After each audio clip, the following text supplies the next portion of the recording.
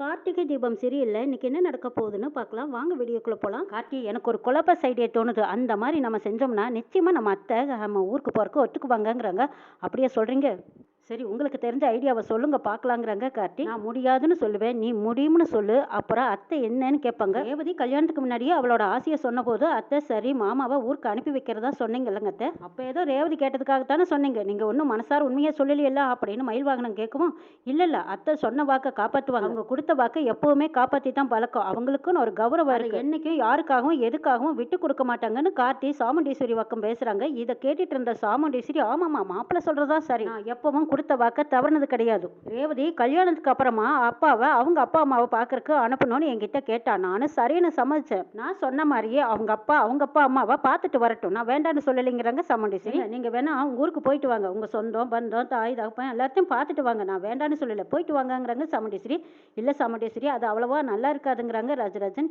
ஏன் இப்படி சொல்றீங்கன்னு கேட்கவும், நம்ம குடும்பத்தோட போனா தான் எனக்கு மரியாதை, நான் தனியா போனா அவ்வளவு சிறப்பு இல்லைங்கிறாங்க ராஜன். அப்படியா, அது உங்க இஷ்டம், போகலைன்னா விட்டுருங்கன்ட்டு போறாங்க சாமுண்டீஸ்வரி. கார்த்தி ரேவதி கிட்ட வந்து பேசுறாங்க. ரேவதி, உங்க அப்பாவோட ஆசை உனக்கும் தெரியுமல்ல, குடும்பத்தோட தாத்தா பாட்டி வரணும்னு ஆசைப்படுறாங்க. அதே மாதிரி எல்லாரும் போனா தான் சிறப்பா இருக்குங்கிறாங்க.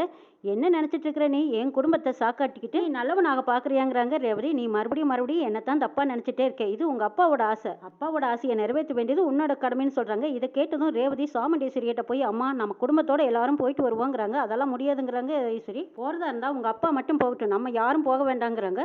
ஏமா நீங்க வச்சதுதான் சட்டமா அப்படின்னு கேட்கவும், ஆமா நான் சொல்றது தான் எல்லாரும் கேட்கணுங்கிறாங்க. போனதும் சாமுண்டீஸ்வரி ரூமுக்குள்ள இருக்கிற துப்பாக்கியை எடுத்துக்கிட்டு வந்து தன் நெத்தியில வச்சு, நான் இப்பவே 1 2 3 எண்ணுவேன், எண்ணறதுக்குள்ளேயே நீங்க சம்மதம் சொல்லணும், அப்படி இல்லைன்னா நான் இவ்விடத்துக்கே சூட் பண்ணி செத்துருவேமாங்கிறாங்க ரேவதி. ரேவதி, என்ன ஒரு முட்டாள்தனமான காரியம் பண்ணிட்டு இருக்க, என்ன எங்களை எல்லாம் மிரட்டி பாக்குறியாங்கிறாங்க. ஆமாம்மா, நீங்க எந்த மாதிரி என்ன மிரட்டி கல்யாணம் பண்ண வச்சிங்களோ அதே மாதிரி தான் நானும் மிரட்டி கேட்கறேன், இதுல ஒன்றும் தப்பு இல்லையேன்னு ரேவதி கேட்கவும் பேச முடியாம நிக்கிறாங்க சாமுண்டீஸ்வரி. ரேவதி சொன்னதை கேட்டும் சாமுண்டீஸ்வரி சரி நம்ம எல்லாரும் குடும்பத்தோட போயிட்டு வருவோம்னு சொல்லிடுறாங்க. இதை கேட்டு குடும்பத்துல அத்தனை பேரும் சந்தோஷப்படுறாங்க. ரேவதி கார்த்திகிட்ட வந்து சொல்றாங்க, பாத்தியா எங்க அம்மா கிட்ட நான் சம்மதம் வாங்கிட்டேன், இதுக்கு பதிலா நீ எனக்கு ஒன்று செய்யணுங்கிறாங்க. அப்படியா, என்ன செய்யணும் அப்படின்னு கார்த்தி கேட்கவும், நீ என்கிட்ட காரணம் கேள்வி எல்லாம் கேட்கக்கூடாது, நான் கூப்பிடுற பக்கம் நீ பேசாம அமைதியா வாங்குறாங்க. சரி நான் வரேங்கிறாங்க. ரேவதி கார்த்தியை ரெஜிஸ்டர் ஆஃபீஸ் கூட்டிட்டு வந்திருக்காங்க. என்ன ரேவதி, நம்ம கல்யாணம் ரெஜிஸ்டர் பண்ணணுமான்னு கேட்குறாங்க கார்த்தி. ஆமா, அதுக்கு ஒரு காரணம் இருக்கு, உங்களோட சேர்ந்து வாழ்றதுக்காக இல்லை, நான் ஆஸ்திரேலியா போறேன், அங்க எனக்கு ஒரு என் ஃப்ரெண்டு வேலை பார்த்து வச்சிருக்கா, அங்கேயே 5 வருஷம் இருந்து வேலை பார்க்கலான்னு இருக்கேன், நான் திரும்பி வரவே மாட்டேங்கிறாங்க ரேவதி. ரேவதி, ஏன் இப்படி திடீர்னு முடிவெடுத்த? 5 வருஷங்கிறது ஒரு நாள் 2 நாள் கிடையாது, 5 வருஷத்துக்கு நீ திரும்பி வரவே முடியாது. அப்படி இருக்க உன் அம்மா அப்பா தங்கச்சி அக்கா இவங்க எல்லாத்தையும் நீ விட்டுட்டு போய் பிரிஞ்சு இருந்துட முடியுமான்னு கேட்குறாங்க கார்த்தி. நீ இதை பற்றி வீட்டில் உங்கள் அம்மா கிட்டயோ அப்பா கிட்டயோ யார்கிட்டயாவது இதை பற்றி பேசுனியா? நீ பாட்டுக்கு திடீர்னு முடிவெடுத்துட்டியேங்கிறாங்க. நான் அவங்கள விட்டும் உன்னை விட்டும் பிரிஞ்சு ஒரு 5 வருஷம் போய் நிம்மதியாக இருந்துட்டு வரலான்னு தான் நான் இப்படி ஒரு முடிவு எடுத்துருக்குறேங்கிறாங்க ரேவதி. நான் ஆஸ்திரேலியா போகிறதுக்கு நம்மளோட மேரேஜ் சர்டிஃபிகேட் வேணும்னு கேட்டிருக்காங்க, அதனால தான் இப்போ நான் உன்னை கூட்டிகிட்டு வந்திருக்கேன். மேரேஜ் சர்டிஃபிகேட்டுக்கு தேவையானதெல்லாம் நீயும் கொண்டு வந்திருக்கேல, எதுவும் பேசாமல் கையெழுத்து மட்டும் போட்டு கொடுத்தீங்கன்னா போதும்னு ரேவதி கேட்குறாங்க. கார்த்தி மறுப்பு சொல்லாம கையெழுத்து போடுறேன்னு சொல்லி வராங்க. ரெஜிஸ்டர் சர்டிபிகேட்டுக்கு ஆதார் கார்டு கேட்குறாங்க. ரேவதி அவங்களோட ஆதாரத்தை கொடுக்குறாங்க. ரேவதி அவங்க ஊரையும் போட்டிருக்காங்க. இங்க கார்த்திகிட்ட ஆதார் கார்டு கேட்கும்போது, இருங்க சார் எடுத்துட்டு வரேன்னு சொல்லி போய் லைசன்ஸ் கார்டுல இருந்து ஒரு ஆதாரத்தை எடுத்துட்டு வராங்க. உங்க பேர் கார்த்திகேயனா, நீங்க மெட்ராஸா அப்படின்னு கேட்கவும் ஆமாங்கிறாங்க. இதை பார்த்ததும் ரேவதி அப்படியே அதிர்ச்சியில உறைஞ்சு நிக்கிறாங்க. ராஜான்னு தானே நம்ம கிட்ட சொல்லியிருக்கான், கார்த்திகேயன் எல்லாம் ஆதார் கார்டுல இருக்கு, ஒருவேளை நம்ம கிட்ட பேசுனது எல்லாமே பொய்யா அப்படின்னு பாக்குறாங்க. ரேவதியோட ஃப்ரெண்டு 2 பேரு சாட்சிக்காக வந்திருக்காங்க. அவங்க கிட்டயும் ஆதார் கார்டு தேவையான ஃபார்மாலிட்டிஸ் எல்லாம் முடிச்சுட்டு வெளியில வந்ததுக்கு அப்புறமா ரேவதி கார்த்திகிட்ட கேக்குறாங்க, ஆமா நீ எங்க கிட்ட ராஜான்னு தானே பேர் சொன்ன, பேர் கார்த்திகேயன்னு நீ எங்க கிட்ட சொல்லவே இல்லையேங்கிறாங்க. நீங்க யாரும் கேட்கல, நான் சொல்லவும் இல்லை, என் பேர் கார்த்திக் ராஜான்னு சொல்லலாம் கார்த்திகேயன்னு சொல்லலாம், அதனால நான் இதை பெருசா எடுத்துக்கலைங்கிறாங்க கார்த்தி. உன் அட்ரஸ் சென்னைன்னு கொடுத்துருக்கிறியே, நீ சென்னையிலேயே இருந்த அப்படின்னு கேட்குறாங்க ரேவதி. என்னோட ஆதார் கார்டு வரும்போது நான் சென்னையில் இருக்க வேண்டியதா போச்சு, அதனால நான் சென்னைன்னு அட்ரஸ் கொடுத்தேங்கிறாங்க. அப்போ வரைக்கும் எப்படியோ ரேவதி கிட்ட சொல்லி சமாளிச்சிட்டாங்க கார்த்தி.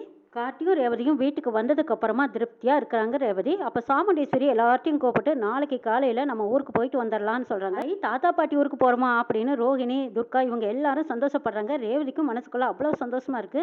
ஆஹா, நம்ம ஆஸ்திரேலியா போறதுக்கு முன்னாடி பாட்டியை பார்த்துட்டு போக சந்தோஷமா இருக்கு. அப்பாடா, இவ்வளவு நாளைக்கு அப்புறமா அப்பாவோட ஆசையை நிறைவேற்ற போறோம்னு நினைச்சிட்டு இருக்காங்க ரேவதி. இவங்க எல்லாரும் சந்தோஷப்படுறத பார்த்த சந்திரா அப்படியே பொறுமி நிக்கிறாங்க.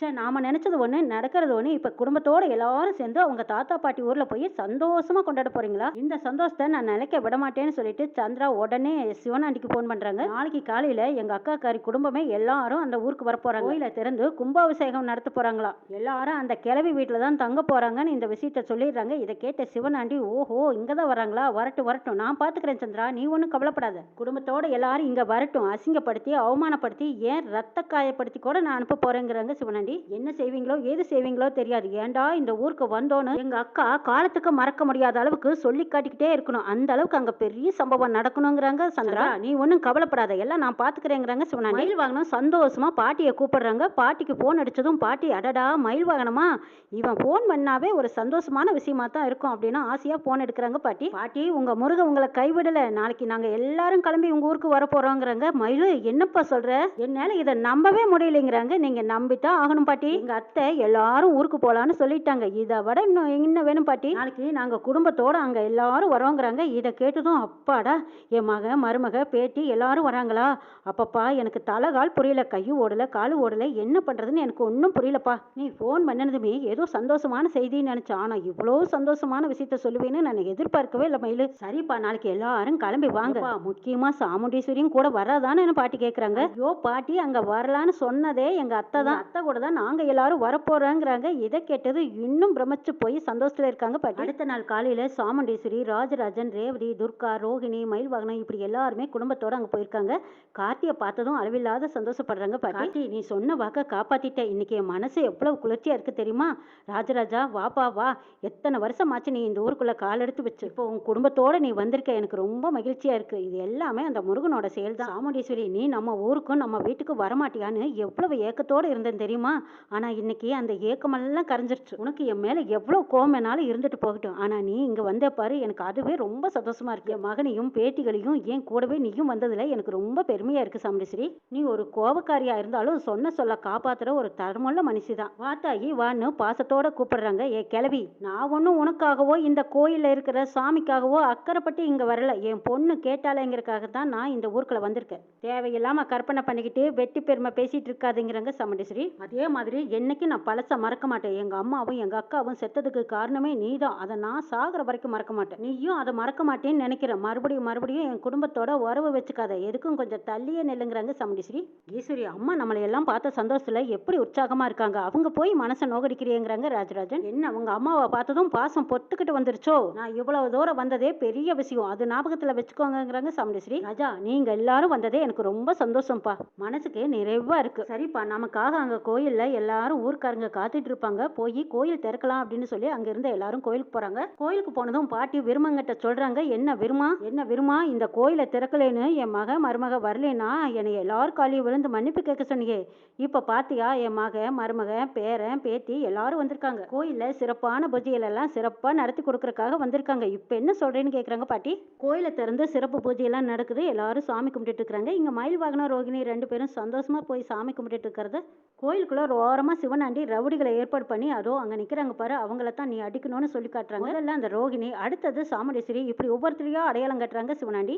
மயில் வாகனமும் ரோகிணியும் சாமி கும்பிட்டு திரும்பி வரும்போது ரோகிணி கிட்ட அந்த ரவுடி வேணுனே போய் இடிச்சுட்டு போறாங்க. ரோகிணி கோவமா, ஏண்டா உனக்கு அறிவில்லை, என்ன இப்படி வந்து மோதறேன்னு கேட்கவும் பேச பேச அந்த ரவுடி மயில் வாகனத்தை அடிக்க போயிடுறாங்க. மயில் வாகனமும் அடிக்கிறாங்க. ரெண்டு பேரும் சண்டை போட்டுட்டு இருக்கும்போது ஒருத்தர் தடி கட்டை எடுத்துட்டு வராங்க. மயில் வாகனத்தை மண்டையில் அடிக்கிறதுக்காக வரும்போது ரோகிணி வந்து தடுத்து நிறுத்தி அந்த அடியை அவங்க வாங்கிக்கிறாங்க. ரோகிணிக்கு மண்டை உடைஞ்சிருது. அங்க கார்த்தி வராங்க. சிவனாண்டி கைக்கு சிக்கிறாரு. சிவனாண்டியை அடிச்சு வெளுத்தெடுக்கிறாங்க கார்த்தி. என்ன